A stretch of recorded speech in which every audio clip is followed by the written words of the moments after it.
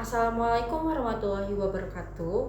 Shalom, Om Swastiastu, Namo Buddhaya, Salam Kebajikan. Halo semuanya, perkenalkan nama saya Mishalim dengan NIM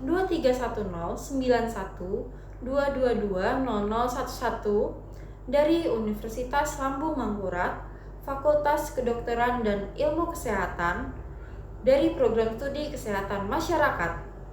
Pada kesempatan kali ini, saya akan menjelaskan mengenai 8 kompetensi sarjana kesehatan masyarakat. Apa aja sih 8 kompetensi sarjana kesehatan masyarakat itu? Yang pertama, mampu melakukan kajian dan analisis situasi atau analytic or assessment skill.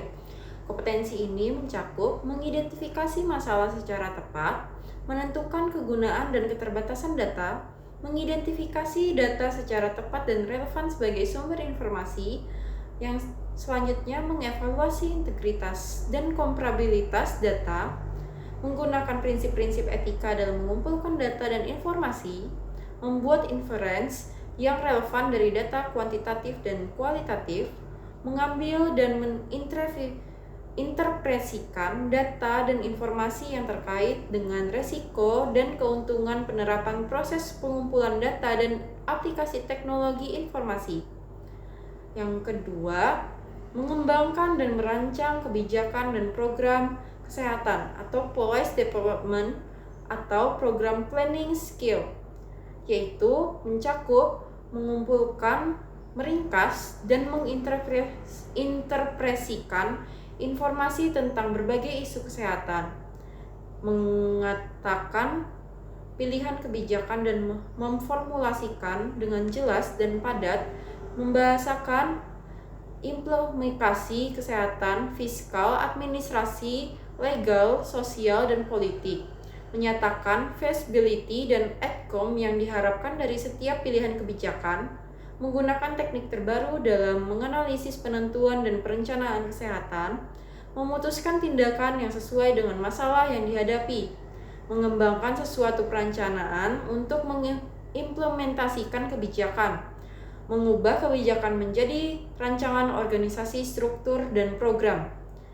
Program yang ketiga yaitu berkomunikasi secara efektif atau communication skill, mencakup melakukan komunikasi melalui tulisan, lisan, dan metode lainnya, meminta input dari individu dan organisasi, melakukan advokasi untuk program dan sumber daya kesehatan, memimpin dan berpartisipasi dalam kelompok untuk memformulasikan isu kesmas secara spesifik.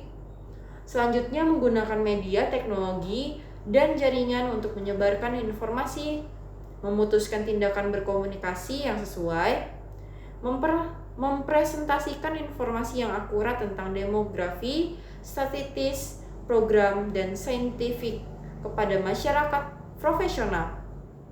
Kompetensi yang keempat yaitu memahami budaya setempat atau structural competency skill, yaitu menggunakan metode yang tepat untuk berinteraksi secara sensitif, efektif, dan profesional dengan orang yang berbeda latar belakang budaya.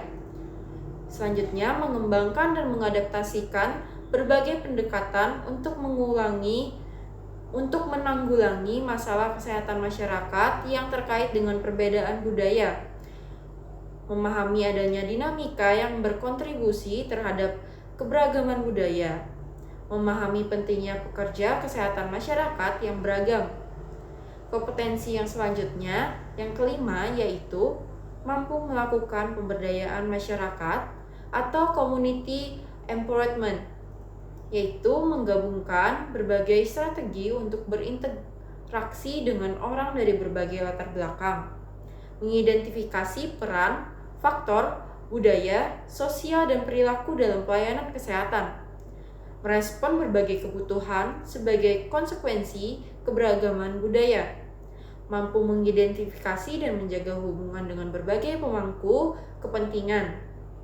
Selanjutnya, menggunakan proses dinamika kelompok untuk meningkatkan peran serta masyarakat, mendeskripsikan peran pemerintah dalam menyediakan pelayanan kesehatan masyarakat, mendeskripsikan peran swasta dalam menyediakan pelayanan kesehatan masyarakat, mengidentifikasi potensi dan sumber daya yang ada di masyarakat, menghimpun masukan dari masyarakat sebagai bahan pertimbangan dalam pengembangan kebijakan dan program kesehatan, menginformasikan kebijakan program dan sumber daya kesehatan masyarakat.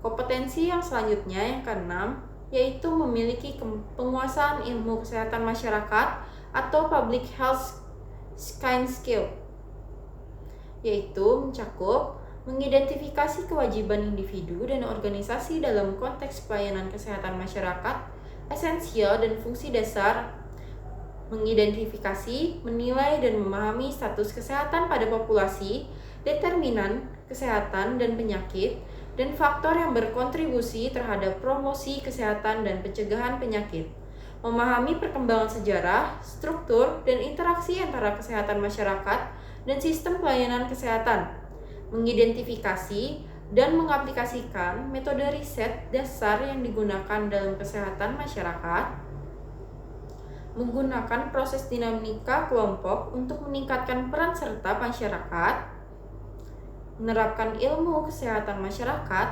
termasuk ilmu sosial dan perilaku, penyakit kronik, infeksi, dan kecelakaan, mengidentifikasi keterbatasan riset dan pentingnya observasi dan kesaling hubungan atau interrelationship, mengembangkan komitmen sepanjang masa untuk belajar dan mengembangkan pemikiran kritis yang kuat. Kompetensi yang ketujuh yaitu mampu merancangkan keuangan dan terampil dalam bidang manajemen atau financial planning and management skill.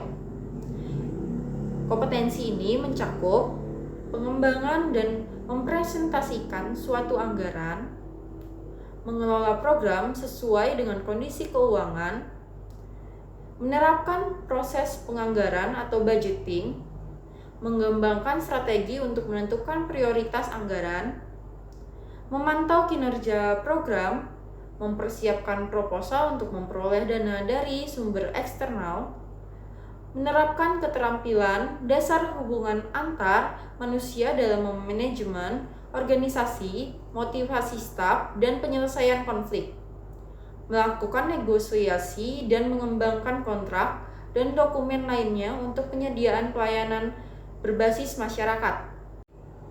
Kompetensi yang ke-8 yaitu memiliki kemampuan kepemimpinan dan berpikir sistem, atau leadership and system thinking skill.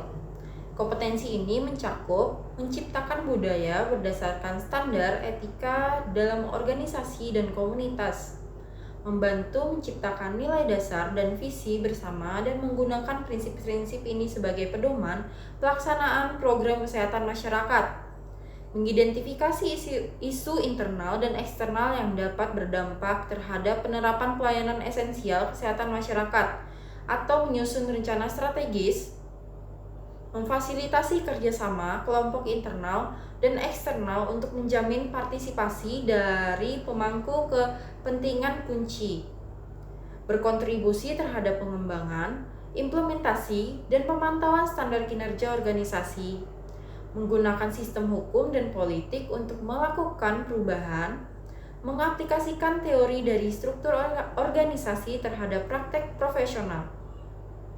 Itulah 8 kompetensi sarjana kesehatan masyarakat. Adanya banyak kompetensi yang harus dimiliki oleh sarjana kesehatan masyarakat. Hal ini memberikan peluang kerja yang luas di berbagai bidang. Tidak hanya di rumah sakit dan puskesmas, lulusan sarjana kesehatan masyarakat juga dapat bekerja di instansi pemerintah dan swasta. Mungkin itu saja yang dapat saya sampaikan. Mohon maaf jika ada kesalahan kata. Sekian dari saya, terima kasih.